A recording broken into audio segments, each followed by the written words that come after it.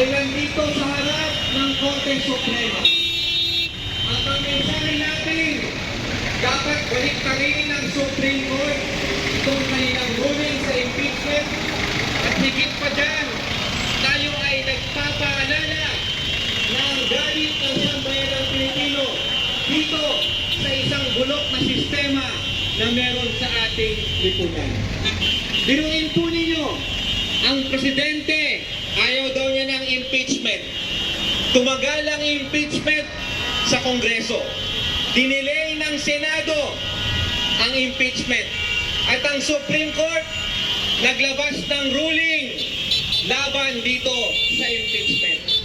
Kaya ang tanong ng mamamayan, bakit napakahirap na papanagutin ang mga kurakot sa ating bayan? Bakit napakahirap humanap ng pananagutan sa ating bayan?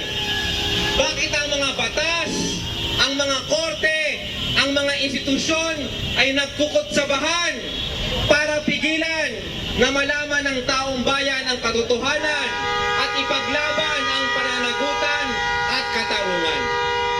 Kaya ang ating protesta ngayong araw ay paalala sa ating mga opisyal ng bayan na kung hindi ito gagawin, itong impeachment ni Sara Duterte, taong bayan ang huhusga, taong bayan ang magpapatuloy ng laban para sa katotohanan, pananagutan at katarungan. Dito po sa ating protest symbol sa araw na ito, ang katarungan ay hindi pabor sa taong bayan. Tingnan nyo si Sara Duterte kung paano niya nagagamit ang mga institusyon para ang katarungan ay mapigilan. At ang ating mga justices sa halip na sambayanan ang ipaglaban, interes ng mga Duterte, interes ng mga makapangyarihan ang inuulat.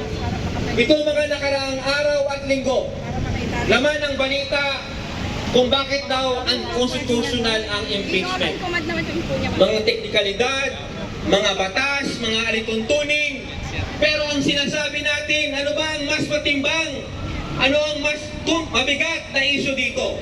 Ang tunay na issue dito, gumastos si Sara Duterte ng 125 million pesos in 11 days. Yan po ang tunay na usapin. 612 million pesos ang kanyang confidential funds na hindi niya kayang maipaliwanag at ayaw ipaliwanag. Kaya ang taong bayan naghahanap lang ng kasagutan. Pero anong ginagawa ng ating mga institusyon? Sinasara ang pintuan, sinasara lahat ng oportunidad para malaman natin ang katotohanan at makakuha tayo ng pananagutan at katarungan. Kaya ngayong araw kasama natin ang iba't ibang mga grupo, kabilang na po ang mga impeachment complainants, lahat ng mga grupo na nananawagan ng katarungan at pananagutan. At ang ating protesta ay hindi magtatapos ngayong araw. Dahil ang ating mensahe sa Korte Suprema, babantayan natin ang en banc session ng Supreme Court, babantayan natin ang lahat ng gagawin at hindi tayo papayag na ibasura ang panawagan para sa katotohanan at katarungan. Kaya kahit isinasara ang pinto, kahit na pinipigilan ang taong bayan, ang tanong mga kababayan, tayo ba ay susuko sa ating laban? Initigil na ba natin ang panawagan para sa katarungan at katotohanan? Tuloy ang laban. Kung ayaw gawin yan ng Supreme Court at ng Senado, taong bayan ang huhusga, taong bayan ang papatuloy ng laban para sa katotohanan at katarungan. Convict! Convict! Convict Sara now! Convict! Convict! Convict Sara now! Duterte panagutin! Marcos singilin! Marcos singilin! Duterte panagutin! Convict! Convict! Convict Sara now! Convict! Convict! Convict Sara now! Wala na lang po sa ating ating mga media, kung tapos na po tayo kumuha ng litrato, ay mangyari lang po gumilid tayo para makita po ng lahat ng dumadaan ang ating pro-action. Maraming salamat. Convict! Convict! Convict Sara now! Ngayon naman, tinatawagan natin si Antonio Tino, ACT Party List Rep and Deputy Minority Leader sa House of Representatives. Marcos Singilin! Duterte panagutin!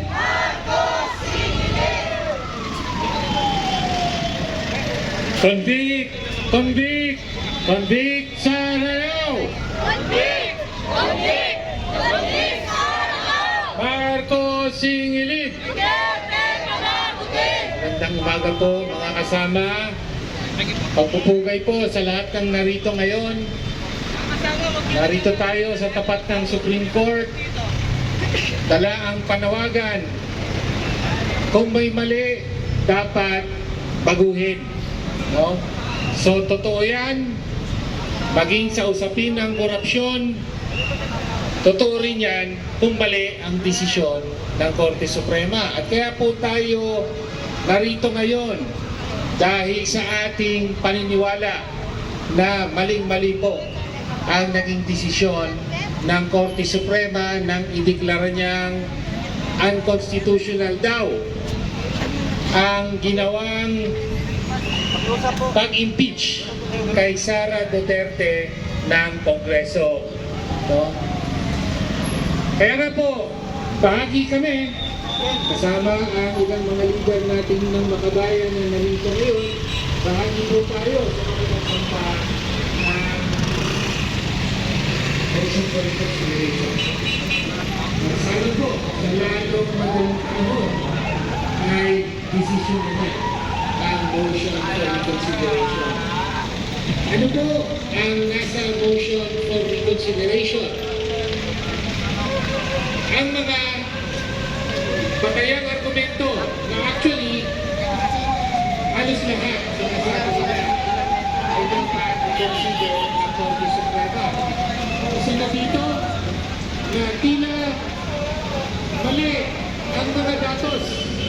Datos pa, ang mga datos na pinagbatayan ng desisyon. So, Kaya po mga kaubayan, ngayon ay sumugod na yung mga rallyista dito sa harapan ng Supreme Court para kundinahin yung pagbasura ng Supreme Court para sa impeachment trial ng ating PC Presidente na walang iba kundi si VP Sara Duterte. No? At sinalubong din sila ng mga kapulisan ngayon sa yung sinasabi, hindi yung maling datos. Ang maling datos, una, na nahuli daw yung nauna raw yung tatlong impeachment complaint. So nauna na raw na tatlo, kaya na hindi na raw pwede yung pang-apat. No? Samantala, sa totoo lang, pinapakita sa records ng Kongreso na unang inaktuhan po yung sinasabing pang-apat. At yun ang importante. Mali ang sinabi o mali ang unawa ng Korte Suprema na basta una bang inaktuhan, dalawa yung tatlo. So unang factor yun. Pangalawa, kahit yung ETS-CBN,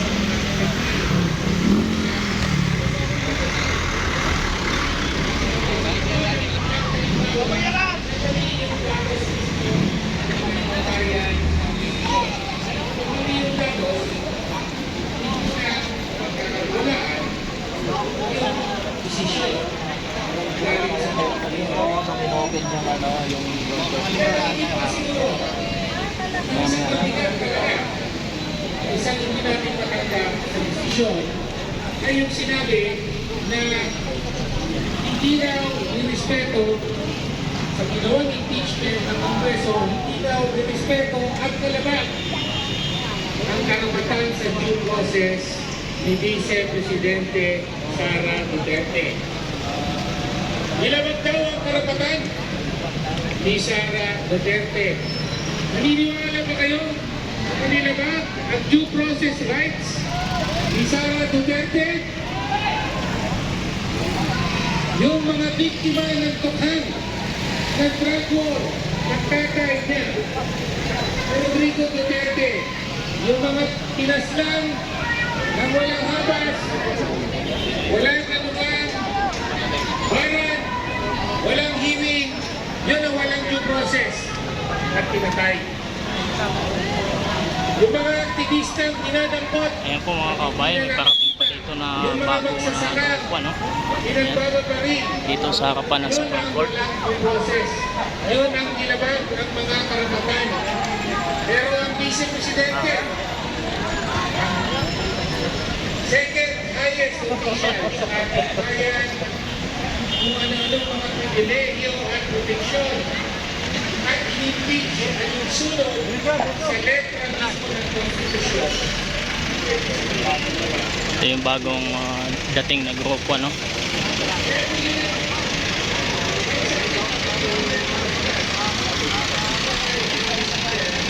Nakakating lang nito.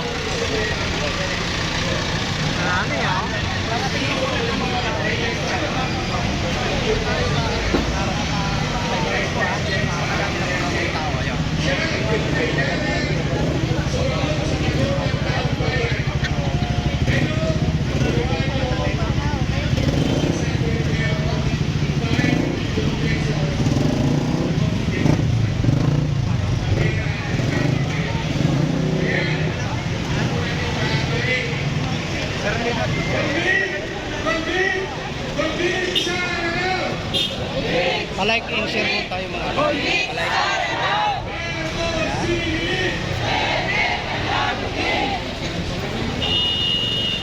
Yan po sila ngayon, no? Dumating na. Convict! Convict! Convict! Sara no! Duterte panagutin! Marcos singilin!